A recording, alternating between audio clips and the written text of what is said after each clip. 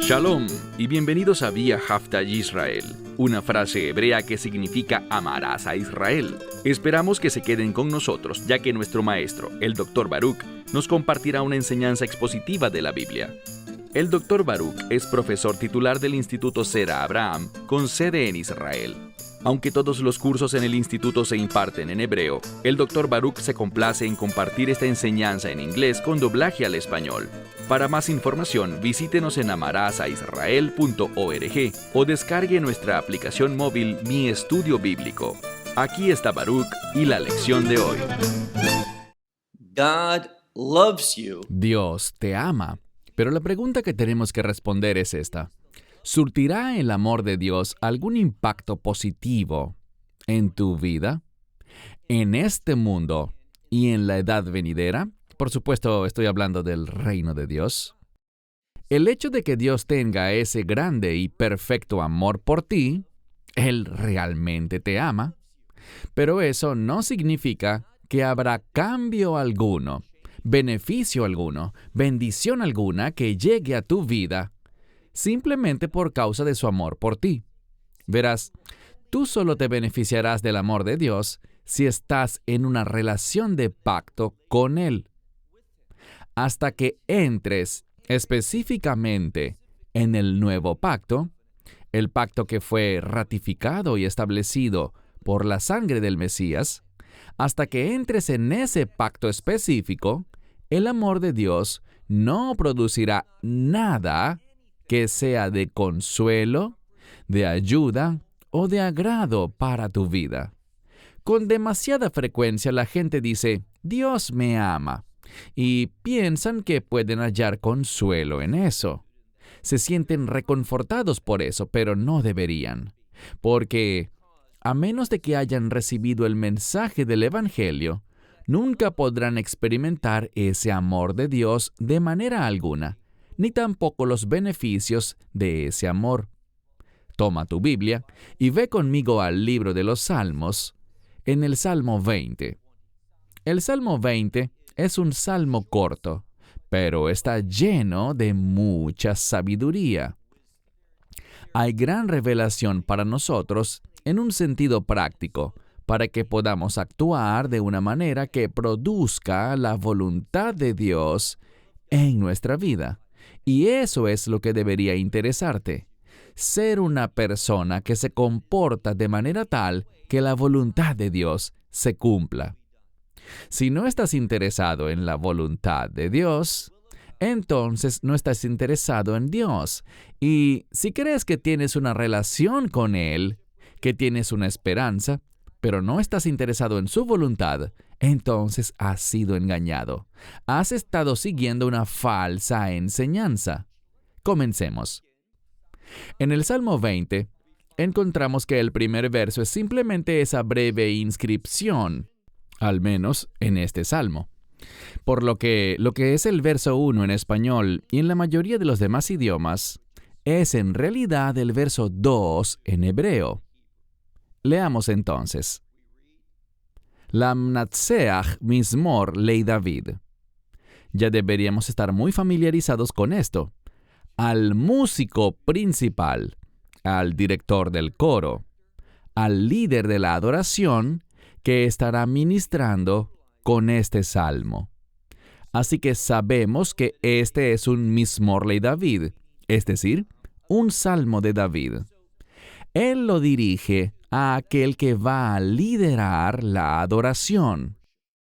Quiero decirles simplemente que si tu adoración no está utilizando los salmos, entonces tu adoración no es lo que Dios quiere que sea.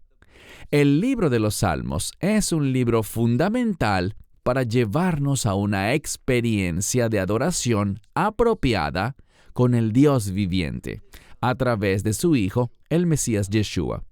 Pasemos al siguiente verso. Hay algo que debemos entender en cuanto a cómo debemos traducir el futuro, lo que muchas personas llaman el tiempo imperfecto del hebreo. Lo que quiero decir es que en ocasiones debemos entenderlo como el modo optativo. Este modo optativo, en griego y en otros idiomas, es la construcción gramatical que expresa un deseo, un anhelo o algo que quisiéramos que ocurriese.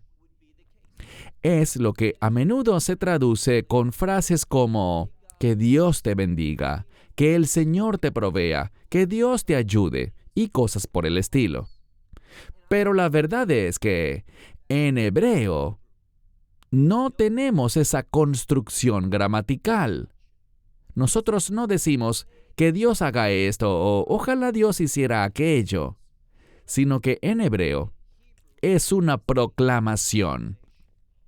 Es algo que debemos declarar con fe y con expectativa. Y eso es lo que David está haciendo aquí. Así que leemos, mira nuevamente este versículo que es el 2 en hebreo y el 1 en español. No debemos traducirlo como que el Señor te responda en el día de la angustia, sino que deberíamos traducirlo simplemente en futuro, diciendo lo siguiente: el Señor te responderá en el día de la angustia. Esto demuestra verdadera confianza en nuestro Dios. Y este es uno de los propósitos de este salmo, que podamos acercarnos a Dios con confianza, habiendo entrado en una relación de pacto con Él. Por lo tanto, podemos esperar experimentar el amor de Dios. No solo saber que Dios me ama, sino tener la certeza de que me beneficiaré porque ese amor me transformará a mí y a mi situación. David habla con confianza. No expresa simplemente un deseo o una vaga esperanza. No hay nada incierto en sus palabras, sino que habla de algo de lo que está seguro. Leamos de nuevo. El Señor te responderá en el día de la angustia. Y la razón por la que David está tan convencido de esto es que él ha experimentado la ayuda de Dios en tiempos de angustia, en su propia vida, repetidamente. No ha sido algo infrecuente, sino algo que David ha experimentado de manera consistente en su vida. La ayuda de Dios. Dice, Dios te responderá en el día de la angustia. Y noten algo más. Este salmo contiene mucho paralelismo. Una cosa es paralela a otra. Y en esta escritura, la frase Él te responderá es paralela a la siguiente frase, que es Él te levantará. Esta frase implica protección, defensa y tiene que ver con colocarte fuera del alcance, en un dominio diferente, en una ubicación diferente a la del enemigo, para que la angustia no te pueda alcanzar. Les daré un ejemplo de la naturaleza. Un animal está siendo perseguido, pero ese animal que es perseguido tiene la capacidad de subirse a un árbol, mientras que quien lo persigue no está equipado para eso, no está diseñado para trepar árboles. Así que, si ese que está siendo perseguido logra subir al árbol, estará fuera del alcance, estará en un dominio diferente. Y esto es lo que David está diciendo que Dios hará. Él nos levantará. Pero noten, aquí hay algo muy importante. Y yo haría esta pregunta si estuviera enseñando este salmo, digamos, en un seminario, en una institución teológica. Yo preguntaría, ¿qué es paralelo al nombre de Dios aquí? Al Yud Hei Vav Hei, que usualmente se traduce simplemente como el Señor. Solo hay una respuesta, y es una frase algo larga. Dice, el nombre del Dios de Jacob. Así que en este salmo, en este verso, hay una relación paralela entre ese nombre sagrado de Dios, esas 4 letras, Yud Hei Vav Hei, y lo que leemos aquí, donde dice el nombre del Dios de Jacob. Hay algo relacionado entre ambos. Uno nos enseña la comprensión correcta del otro. Ahora, el nombre tiene que ver con el carácter. Lo he dicho muchas veces y no es algo que yo haya inventado, descubierto o acuñado. Es algo que todos los teólogos entienden, que la palabra hebrea Shem, para nombre, muchas veces se relaciona con el carácter. Es muy significativo que cuando hablamos del carácter del Señor, Él se está revelando aquí a través del término el Dios de Jacob. E insisto, he mencionado esto con mucha frecuencia, y me refiero a que no existe ninguna relación hermenéutica ni etimológica entre la raíz hebrea de donde proviene el nombre de Jacob y cualquier cosa relacionada con el engaño, la mentira, el fraude o cosas por el estilo. Por eso no vemos con frecuencia que se use la expresión el Dios de Abraham o el Dios de Isaac de manera aislada, sino que lo común es ver el Dios de Abraham, de Isaac y de Jacob en conjunto. Sin embargo, cuando se menciona solo uno de ellos, casi sin excepción, es el Dios de Jacob. El término Jacob tiene que ver con perseguir, específicamente con perseguir el propósito de Dios. Y cuando uno se aferra al plan de Dios, ¡hay victoria! Este es el contexto. El verso 2 dice, en el día de la angustia, tengo angustia y quiero que Dios me oiga, que me responda. ¿Y cómo quiero que me responda? Con la victoria, proveyéndome, ayudándome a perseguir y obtener la victoria. Eso es lo que en verdad representa el nombre de Jacob o Jacob en hebreo. Siguiente verso. Él enviará, no dice que envíe, sino en cambio, Él enviará su ayuda desde el santuario.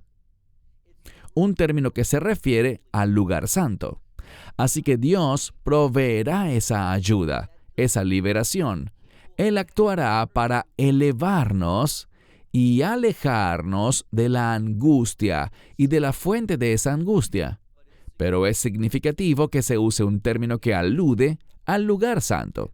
Y cuando se habla de santidad, ¿qué debe venir a tu mente?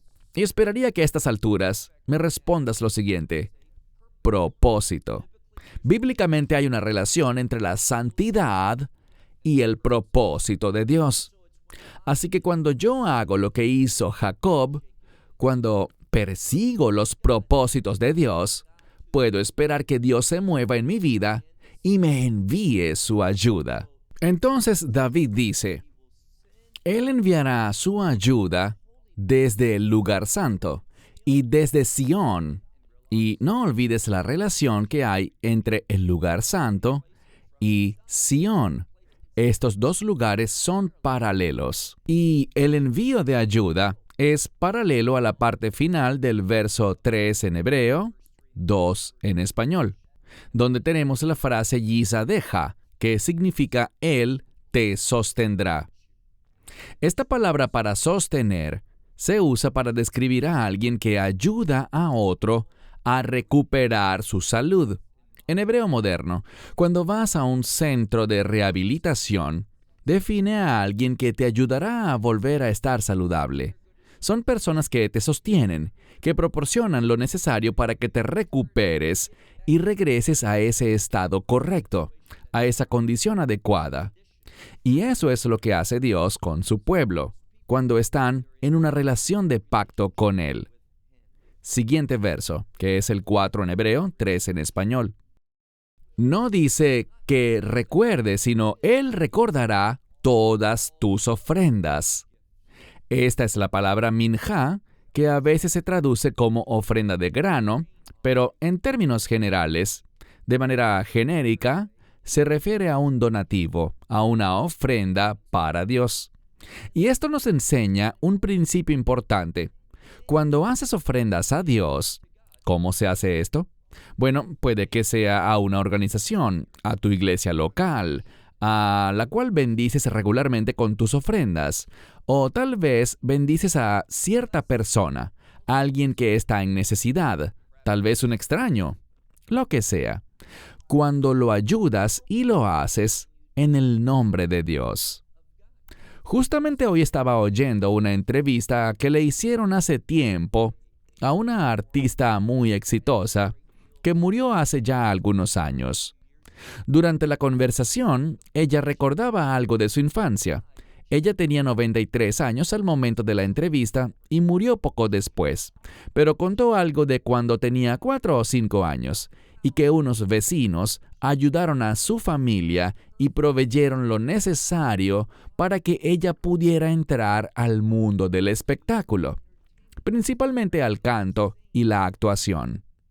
Lo que vemos aquí es que esa ayuda, esa mano amiga, la ayudó en una meta física.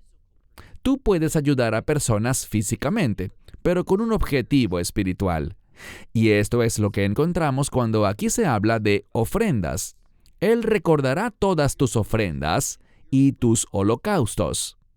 Dice aquí, Él las recibirá. Selah.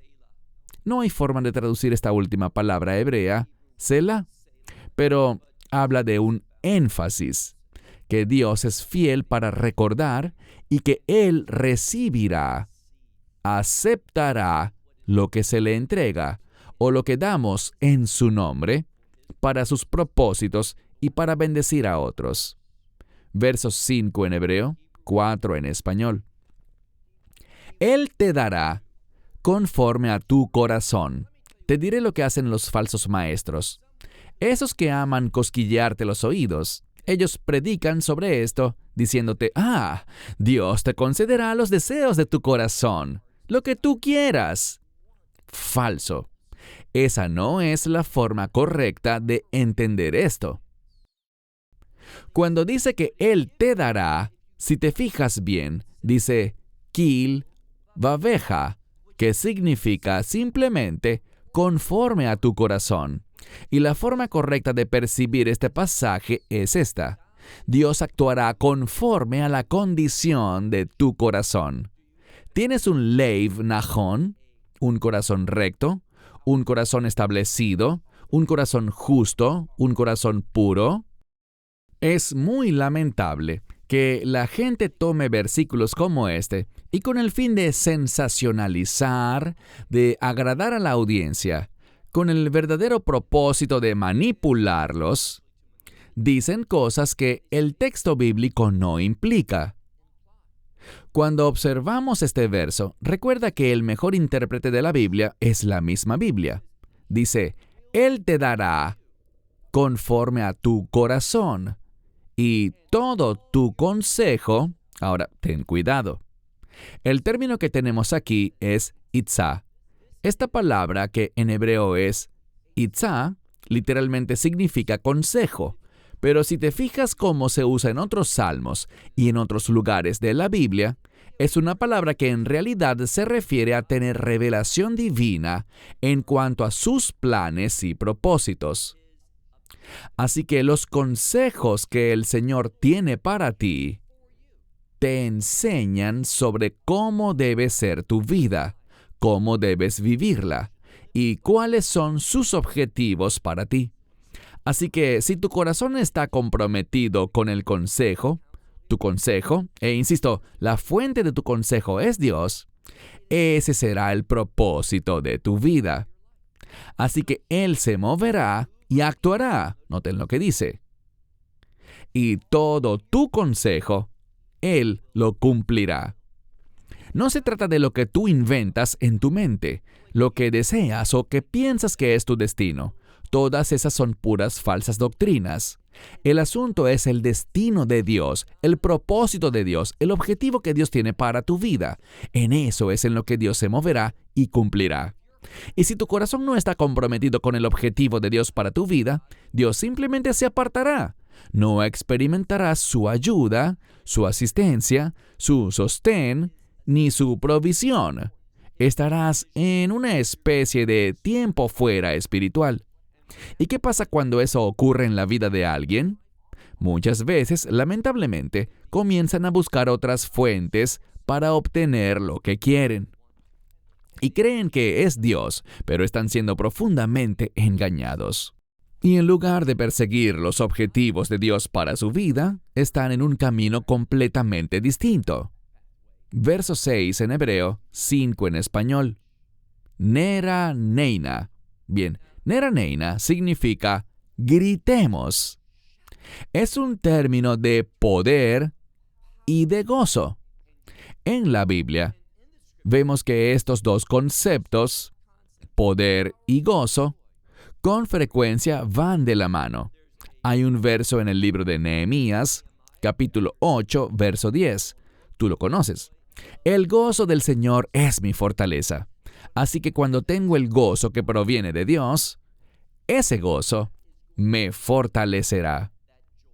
Por lo tanto, él dice, verso 6 en hebreo, 5 en español, gritemos. Este es un grito de júbilo, un grito de confianza, un grito que cree que la voluntad de Dios está a punto de cumplirse. Gritemos en tu salvación. ¿A quién le habla? A Dios. Es la salvación de Dios la que podemos experimentar. Es su victoria en la que podemos participar. Y en el nombre de nuestro Dios, noten esto, hay una relación aquí entre en tu salvación y en el nombre de nuestro Dios. Cuando analizamos esto de acuerdo a las leyes del paralelismo hebreo, conforme se debe entender la poesía hebrea, no hay nada incierto. Esto no se trata de mi interpretación o la tuya, nada de eso.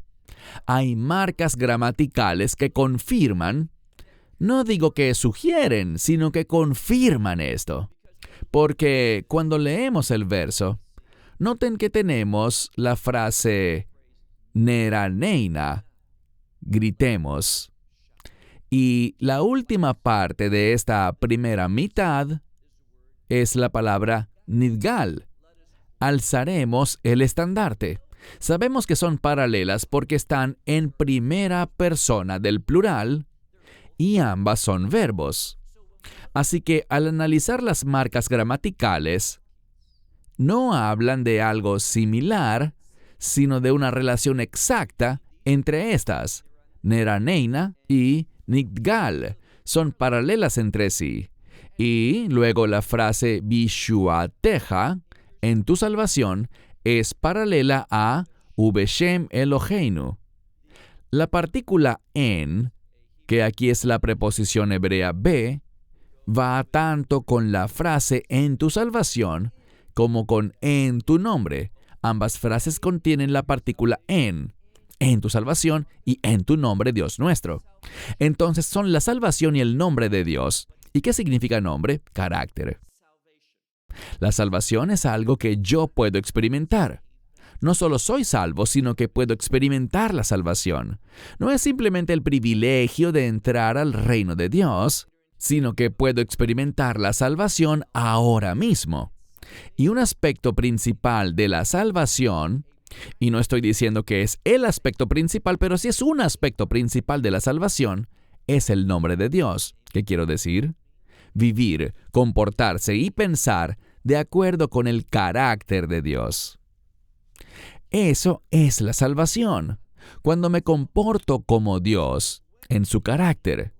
Así estaré experimentando, manifestando y testificando de la salvación que he recibido. Última parte del verso.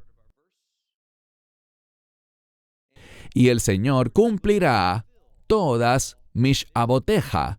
Esto significa todas tus peticiones, todos tus deseos, e insisto. Alguien dirá, ¿y no es esta una prueba bíblica clara de que Dios quiere concedernos nuestros deseos? Mucho cuidado. Repasa todo lo que dice. Primero hay un proceso en este verso. Aquí vemos 3 componentes. El primero tiene que ver con regocijarse en la salvación. La salvación del Señor, la cual Él comparte y nos da. ¿Y qué es esa salvación? Estar en el carácter de Dios. Vamos a levantar el estandarte, es decir, vamos a declarar y vamos a testificar sobre el carácter de nuestro Dios. Y solo cuando estamos en ese mismo carácter, solo allí podremos esperar que el Señor cumpla nuestros deseos, nuestras peticiones, porque serán peticiones fundadas en su carácter y que tienen como propósito cumplir sus objetivos. Allí es cuando Dios nos concede los deseos de nuestro corazón, no cuando buscamos caprichos necios que lo único que intentan es complacer nuestra carne. Por eso es tan importante tener una teología correcta. Y la única forma de tener una teología correcta es basar nuestra teología en las Escrituras y en la metodología adecuada para estudiar la palabra de Dios. Verso 7. Este verso tiene otra característica interesante, porque encontramos la palabra atá con una ain que significa ahora. Pero luego tenemos una palabra que, si te fijas, y de nuevo, yo me preparo para estos estudios, y muchas veces quiero saber qué están viendo ustedes en sus Biblias, porque si simplemente comparto lo que es la verdad desde el idioma original, a veces habrá una desconexión con la audiencia, porque ustedes están leyendo una traducción. Y a veces las traducciones son deficientes porque muchos traductores no tratan con la debida reverencia la palabra de Dios. No se dedican simplemente a traducir el texto, sino que le insertan su punto de vista teológico a la traducción. Y para explicar lo que quiero decir, voy a leer este versículo en hebreo, atá nedati. Les dije antes que este atá es con ain, porque atá con aleph suena igual, se pronuncia igual, pero no significa lo mismo. Porque las letras ain y aleph, hoy en día, en el hebreo hablado, tienen el mismo sonido. Hay quienes creen, y algunos judíos yemenitas son capaces de hacer una distinción entre una letra ain y una letra aleph, pero la mayoría no puede. Lo que vamos a ver aquí es que la palabra atá con la ain, que no significa tú, sino significa ahora, es una hora con un sentido de urgencia. Hay otra palabra en hebreo, al menos en el hebreo moderno, achshav, que también significa ahora, pero lo que he investigado es que la palabra atá tiene un mayor sentido de urgencia. La mayoría de las Biblias, y te invito a que lo valides tú mismo, traducen ahora sé, pero no dice atá yodea, sino que dice atá yedati. ¿Cuál es la diferencia? Yodea es tiempo presente. Ahora sé. Pero aquí lo tenemos en pasado. Ahora supe. La razón de que esto aparezca en tiempo pasado aquí es que le añade al versículo el sentido de algo completo. Le da un aspecto de totalidad, de algo que lo abarca todo. Así que David está diciendo, ahora he comprendido, he entendido y he conocido esto. Es decir, he llegado a tener esta comprensión. Entonces, ahora he sabido que el Señor salva a su ungido o a su Mesías. Y de nuevo, es la palabra Joshía, no Moshía, sino Joshía, que tiene que ver con que Dios produce la salvación. Y también habla de algo que es completo. David está revelando aquí algo que tiene profundas implicaciones teológicas. ¿Qué significa esto? Y esto es una revelación impactante, porque si tu concepto del Mesías es solamente el de un rey conquistador, un guerrero victorioso que viene a derrotar a los enemigos de Israel y establecer un reino donde Él es el rey y comparte su victoria con su pueblo de pacto, si ese es el único concepto que tienes acerca del Mesías, este verso no tendría ningún sentido. Porque cuando dice, sé que Él ha salvado a su ungido, a su Mesías, está hablando de que el Mesías es salvado de algo. La mayoría de los creyentes en el nuevo pacto entienden esto como la liberación que Dios mismo obró sobre el Mesías cuando lo resucitó de entre los muertos. Así que esta es una esperanza de resurrección la que tenemos. Esa es nuestra victoria.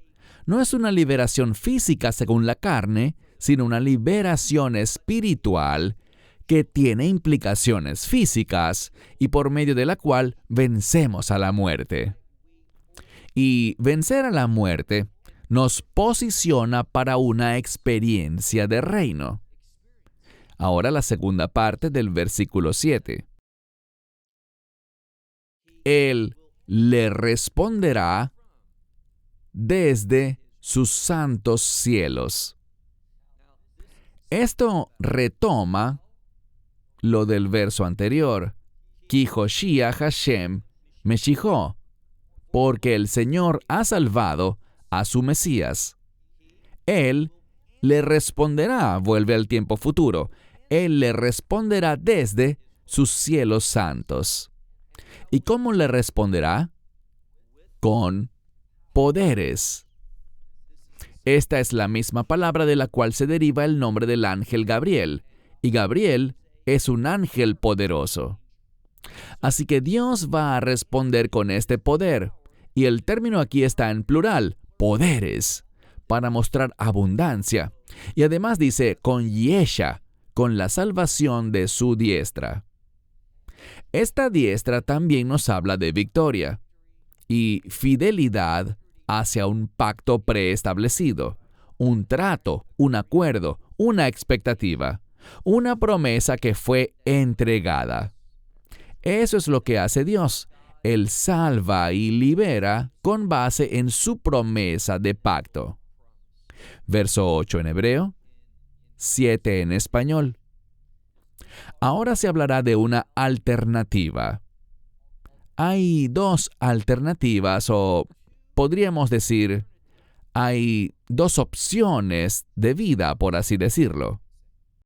Una se basa en invertirlo todo en este mundo y la otra en invertir todo en Dios. No hay una posición intermedia. Es todo o nada. Lo que David dice aquí es, Ele va regev ve'ele veiv susi. Estos, ciertas versiones lo traducen como algunos, y está bien para entenderlo en español, pero literalmente dice ele, estos, en carros, estos en caballos. Los carros y los caballos representan el poder físico, el poder militar. Pero vean la siguiente parte, va anachnu, pero nosotros. En hebreo moderno tenemos la palabra aval, que significa pero. He mencionado muchas veces cuando estudiamos el Nuevo Pacto, en el idioma griego, que la palabra dei es una conjunción de contraste. Aquí el término hebreo va o vei, depende del uso gramatical, puede funcionar como conjunción de unidad o de contraste, según el contexto. Aquí muestra una diferencia, un contraste. Algunos confían en lo físico, dice el principio del versículo. Algunos confían en carros, otros en caballos. Pero en contraste, nosotros, ¿quién es nosotros? El pueblo del pacto. Nosotros, y esto me encanta, tercera vez, nosotros del nombre del Señor nuestro Dios nos recordamos. Esta palabra traducida como recordar es literalmente neskir y significa hacer mención de algo. Así, niskor sería recordamos y neskir nosotros hacemos mención, testificamos. Y esta palabra liskor, en su raíz, shempoal liskor, recordar. He dicho repetidamente que cada vez que este término aparece, está relacionado con el pacto de Dios. Así que vamos a hacer mención. Algunos, cuando tienen problemas, recurren al poder humano. Recurren a sus recursos físicos y financieros. Pero nosotros somos muy diferentes. Nosotros hacemos mención, testificamos de nuestra esperanza de pacto en, y noten lo que dice, en el nombre, en ese carácter del Señor nuestro Dios. Verso 9 en hebreo, 8 en español. Ellos se doblegan y caen.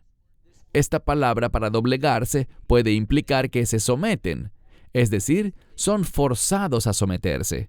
Es una palabra que habla de ser derrotado. Ellos son derrotados y caen. Y aquí de nuevo, pero nosotros, en contraste con eso, pero nosotros nos levantamos. Literalmente es la palabra kamnu, nos hemos levantado. Y la siguiente palabra, algunas versiones dirán, hemos sido levantados, o nos hemos puesto de pie, o nos hemos levantado y nos hemos puesto de pie. Todo eso es cierto, pero no es lo que dice aquí.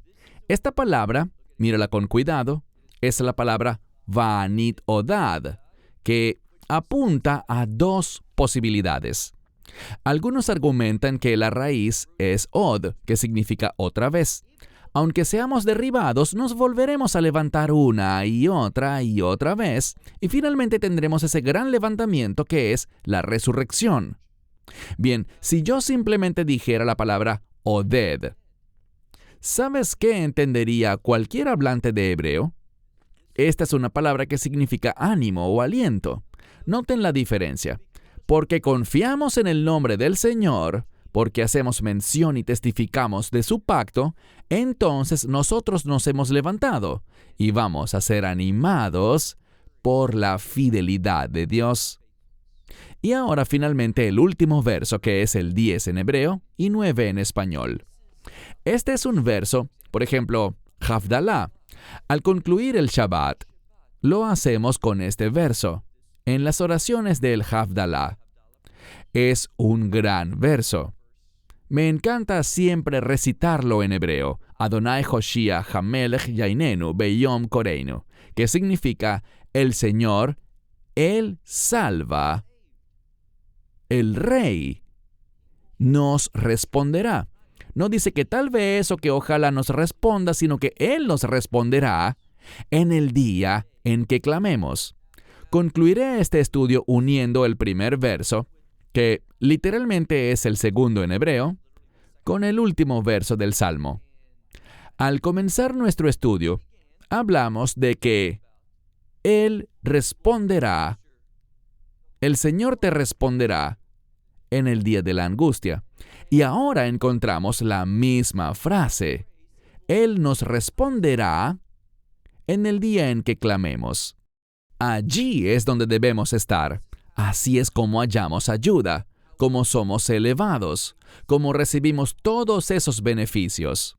Cuando clamamos, y cuando clamamos en el nombre del Señor. Él nos responderá en ese día en que clamemos. Él no nos dejará ni nos desamparará. Cierro con esto el Salmo 20. Mientras más lo leas, lo estudies y lo memorices, más consuelo, seguridad y confianza tendrás en nuestro Dios. Shalom desde Israel. Shalom from Israel. Esperamos que te hayas edificado con el mensaje de hoy y lo compartas con otros. Te invitamos a seguir nuestros estudios cada semana por este canal y por el portal de YouTube de Amarás a Israel. También puedes descargar nuestra aplicación móvil gratuita, Mi Estudio Bíblico. Finalmente, para obtener más información sobre nosotros, visita nuestra web amarasaisrael.org, donde encontrarás otras conferencias de Baruch en audio, video y texto. Hasta el próximo programa. Que el Señor te bendiga en Yeshua HaMashiach, Jesús el Mesías, mientras caminas con Él. Shalom desde Israel.